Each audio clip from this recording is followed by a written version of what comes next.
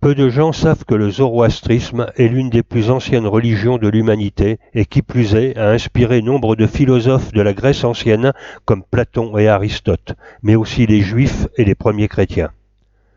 Religion des Mèdes et des Perses de l'Antiquité, deux peuples qui vivaient sur le territoire actuel de l'Iran, elle est l'issue du mazdéisme primitif et tire son nom du prophète Zoroastre, Zarathustra en grec, qui vécut au 7e siècle avant Jésus-Christ.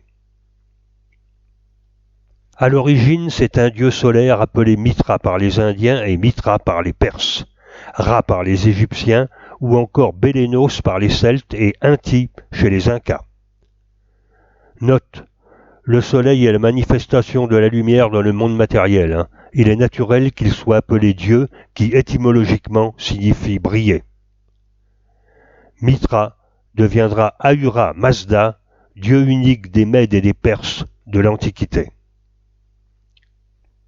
Le culte de Mitra est un culte à mystère de type initiatique apparu vers le IIe siècle avant Jésus-Christ, dans la partie orientale de la Méditerranée qui s'est propagée dans tout l'Empire romain pour devenir un concurrent important du christianisme naissant.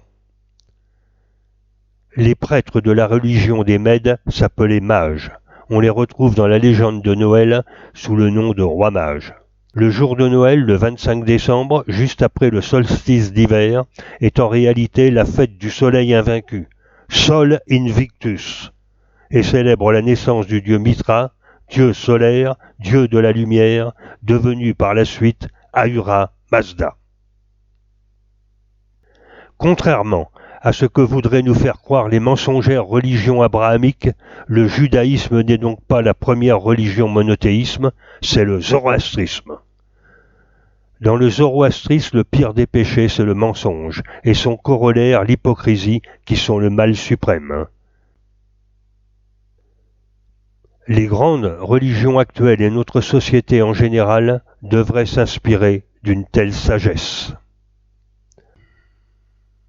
Nous l'avons déjà dit dans des vidéos précédentes, le dénommé Yahvé n'est pas un dieu, mais juste le chef des Elohim, les patriarches, archanges, saints, etc. sont des inventions de scribes. Tout est mensonge dans la Bible, Ancien et Nouveau Testament. Ne confondez pas religion et spiritualité. La religion est la croyance aveugle en des dogmes et des écrits qui souvent varient. La spiritualité, c'est d'abord du questionnement, puis de la mise en pratique. Voilà pour l'histoire. Passons à notre expérience d'illumination. C'était en mai 1992 et j'habitais à l'époque à Saint-Mitre-les-Remparts, une petite bourgade au bord de l'étang de Berre, où j'avais loué une villa pour quelques mois. Cette expérience unique se déroula le matin d'un jour férié dans mon lit.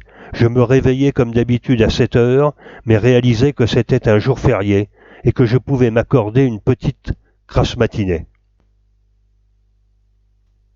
Je me remis au lit allongé sur le côté droit, jambes légèrement repliées. Une position que le Bouddha historique aurait prise pour partir dans l'au-delà. Je fus d'abord réveillé par un bruit ressemblant à un bourdonnement d'abeilles provenant de la nuque dans la région du cervelet, et toute ma tête ainsi que ma chambre furent remplies de lumière. Note, ce bourdonnement appelé aussi bruit de grenaille par les physiciens, en anglais le shot noise, c'est le bruit fait par les milliards de photons en émoi. C'était une lumière jaune qui n'éblouissait pas, et chose inoubliable, elle était remplie d'un immense amour, inexprimable par les mots. Je souriais jusqu'aux oreilles, vous savez le fameux sourire banane, tant j'étais merveilleusement bien. L'extase totale, l'éveil, le nirvana, le satori, tout à la fois. Puis soudain je décollais et sortais hors de mon corps, doucement, toujours en état d'extase et en plein sourire. Je partais vers le paradis. Que du bonheur!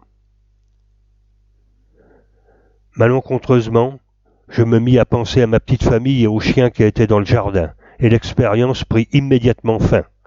Le cordon d'argent, comme l'appellent les adeptes du voyage astral, me rappelait. Ne me demandez pas combien de temps dura cette expérience, je suis incapable de le dire, car le temps et l'espace n'existaient plus. Autre point important, ce n'était pas une sortie du corps en astral comme les occultistes nous en abreuvent à plus soif, avec le bas astral et ses démons et le haut astral et ses anges. Non, c'était une expérience d'illumination pure avec élévation.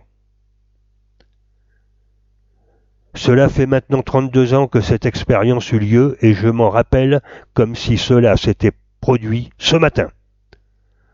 J'ai depuis lu des quantités de livres sur l'ésotérisme, le réveil de Kundalini, les voyages astraux, suivis des séminaires de yogis et lamas avec séances de méditation intenses, mais jamais je n'ai revécu cette expérience unique d'illumination. Et pourquoi à Saint-Mitre-les-Remparts, un patelin où je ne suis resté que 6 mois? La réponse m'a été donnée seulement l'année dernière par une historienne. Le nom de Saint-Mitre est attesté un peu partout en Provence. Il semble que ce soit une déformation chrétienne du culte de Mitra, le dieu lumière, dont on retrouve les traces aussi bien à Aix-en-Provence, à Marseille qu'à Bagnols-sur-Cèze. Ce jour-là, Mitra m'a souri avec amour.